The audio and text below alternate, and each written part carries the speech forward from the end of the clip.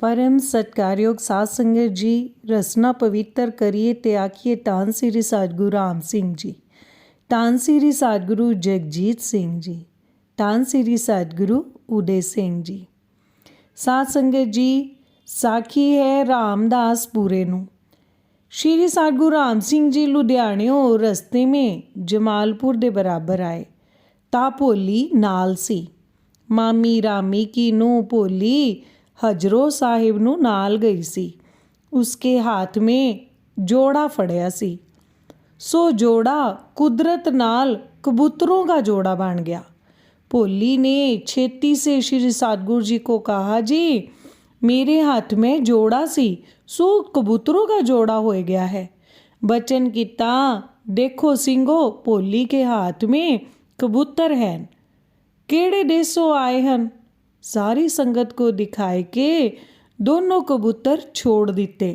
सिंह देख के आश्चर्य रहे। कहते हैं, धन है सच्चे पातशाह जिस विच ऐसियां शक्तियां हन जिन्हां ने मोए चमड़े में जिंद पाए दिती है। घर विच चोरी। एक हिंदू चौकीदार सी। सरदाई छक जांदा सी, नाले प्रशादा भी छक दांदा सी। माई जस्सा को भूआ कह के बुलावंदा सी। रात को चोर सदवाए अते कंध पाड़ के दो कोठे पर बैठे। दो उतर के संदूक खोल के कपड़े काढ़ ले। होर जितने कपड़े लीड़े हाथ लगे लैके निकल गए। दिन चढ़े माई जस्सा ने देख के बड़ा अफसोस किया कि मेरे भांडे कपड़े लै गए हैं। सतगुरु जी बचन किता, ये थालियां की अनेका थालियां इत्थे होणगियां। बस्त्रां दा तू की फिक्र करदी है? बस्त्रां दा कोई अंत नहीं रहना, बहुत बस्तर होणगे। दिन चढ़े सतगुरु अंतरयामी जी चौकीदार नूं बचन किता, तेरे उत्ते साडा भरम है, तेरी ही पैड़ मिलदी है। ऐ भी तू दस दे जो जो तेरे नाल है। चौकीदार मुकर गया कि मैनू नहीं खबर है। बचन किता, चल ठाणे को। लैके तुर पे। जा पैरों मुन्ने गए तां सतगुरु जी बचन किता, हुण भी वेला है, मान लै। कैद तो डरदे ने दस दिता। कहंदा, सबो कुछ मेरे पास ही है। जा मान लिया। तां सतगुरु जी उसको बहुत लाहनतां दित्तियां। बचन किता, नाले साडे घर शरदाइयां छके, नाले प्रशादा छके, नाले साडे घर को पाड़ लवा दिया। तू तां कैद दी ही लायक था। हाथ जोड़ के कहने लगा, जी मैनू बख्शो, मैं भुल गया हाँ। बचन किता, साडा असबाब दे दे ते अगे को कन्ना को हथ ला के जे मैं चोरी करा तां 7 जन्म कुश्ती होवां। चौकीदार ने सारा असबाब दे दिया। आनंद मर्यादा दा आरंभ।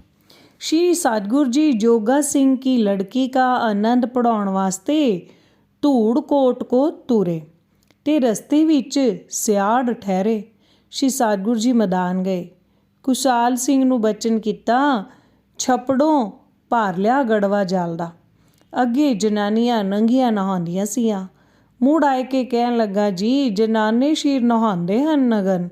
बचन किता, मूँह उत्ते पल्ला लैके भर लियाओ जल। पल्ला मूँह उत्ते लैके जल भर लियाया।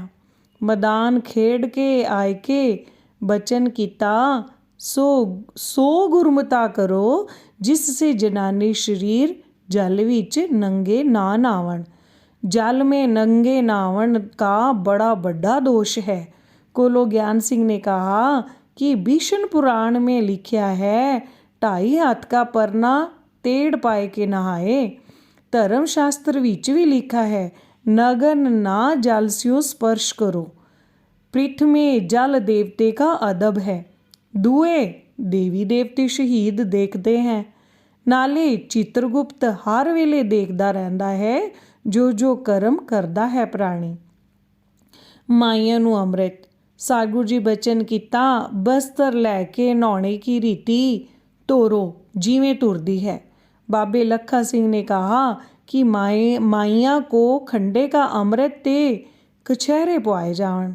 5 ਕੱਕੇ ਕੀ ਰੀਤੀ ਰੱਖਣ ਜਨਾਨੀ। ਸ੍ਰੀ ਸਤਿਗੁਰੂ ਜੀ ਬਚਨ ਕੀਤਾ, ਜੋ ਜਨਾਨਾ शरीर रीति रख के आशा की वार का पाठ नितनेम करेगी तिसको मनुखा शरीर मिलेगा।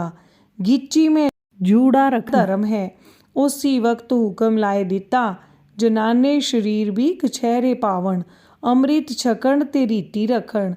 बाबे जवाहर सिंह को दया कौर ते उत्तमी पिंड ਚੱਕ की ते बीबी करम कौर गुजरावाल की ਕਹਿਣ ਲੱਗੀਆਂ, ਜੀ ਅਸੀਂ ਵੀ ਅੰਮ੍ਰਿਤ ਛਕਿਆ ਚਾਹੁੰਦੀਆਂ ਹਾਂ। ਬਾਬੇ ਜੀ ਬਚਨ ਕੀਤਾ ਕਿ ਸਿਰ ਖੋਲ੍ਹਣੇ ਪੈਣਗੇ ਅਤੇ ਕਛਹਿਰੇ ਪਾਉਣੇ ਪੈਣਗੇ, ਇੱਕ ਪਹੁੰਚਾ ਲਾਉਣਾ ਤੇ ਇੱਕ ਪਾਉਣਾ। ਬੜੀ ਕਰੜੀ ਧਾਰਨਾ ਹੈ। ਉਹਨਾਂ ਨੇ ਕਿਹਾ, ਜੀ ਸਾਨੂੰ ਮਨਜ਼ੂਰ ਹੈ। ਕੇਸ ਖੋਲ੍ਹ ਕੇ ਕਛਹਿਰੇ ਪਾਉਣੇ ਮਨਜ਼ੂਰ ਕਰ ਲਈਏ ਤਿੰਨਾਂ ਨੇ।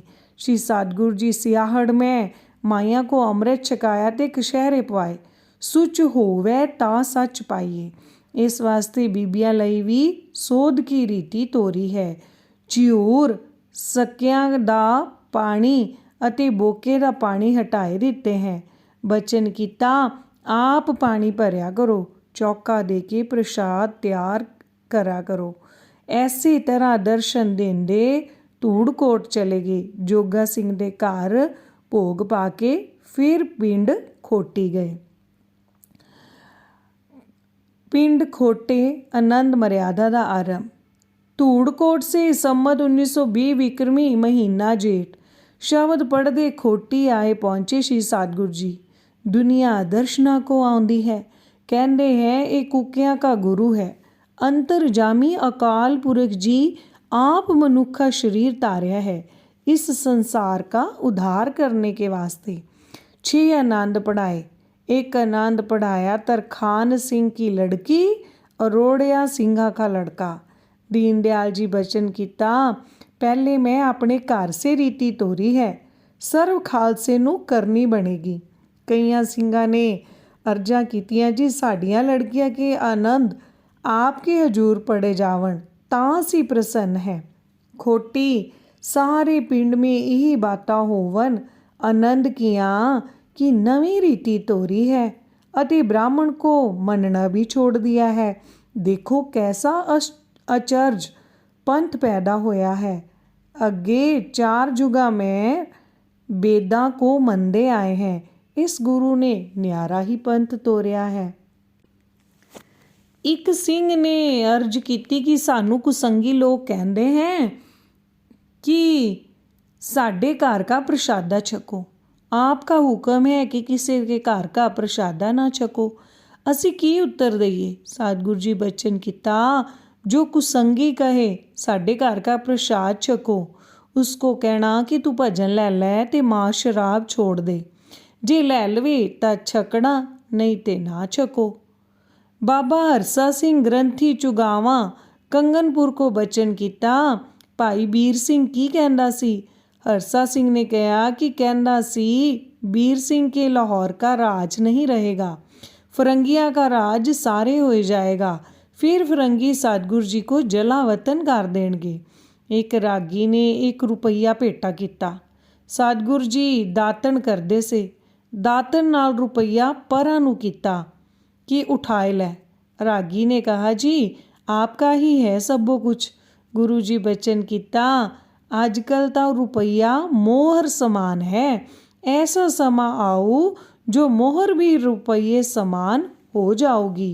एक दिन श्री सतगुरु जी बचन किता कि दरगाह में एक कड़छा वरताया सी तां सारा ब्रह्मंड तृप्त हो गया सी।